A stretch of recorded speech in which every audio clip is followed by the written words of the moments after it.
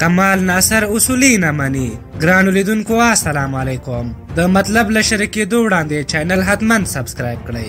د ولسي جرګې لکه څنګه چې د پایلو اعلانول له ناندریو ډک و، خو بالاخره له ډېرو جنجالونو وروسته دغه پایلې اعلان شوې. خو دا د اوس د رئیس د ټاکلو په سر په ولسي جرګه کې ناندرۍ روانې دي. نن په ولسي جرګه کې د دې جرګې د ریاست لپاره د کمال ناصر اصولي او میر رحمان رحماني ترمنځ ټاکنې وشوې چې میر رحمان رحماني 123 او کمال ناصر اصولي 55 رایې ترلاسه کړې. که څه هم میر رحمان رحماني 50 جمع 1 رایې پوره نه کړې، خو د تخنیکي ټیمونو په مداخله د ولسي جرګې د موقت رئیس ښاغلي دهقان لخوا د ولسي جرګې د رئیس په توګه اعلان شو. خو د دغه غونډې وروسته میرویس یاسیني او کمال ناصر اصولي وویل چې دغه پایلې ورته د منلو نه دي. اصولي وایي چې نن 3 میلیونه ډالر ښکته پورته شول. د اصولي په وینا دا مني چې نوموړي یوازې 55 رایې ترلاسه کړې، خو په وینا یې میر رحمان رحماني هم 50 جمع 1 رایې نه دي پوره کړې. اصولي وایي که څوک په زوره ځان رئیس کوي نو د لاسونه هم نه دي بند، دی هم رئیس ده. په وینا یې ټاکنې باید بل پړاو ته لاړې شي او دغه ټاکنې ورته د منلو وړ نه دي. نوموړي ګواښ وکړ که ټاکنې بل پړاو ته لاړې نه شي د پارلمان دروازه به وتړي.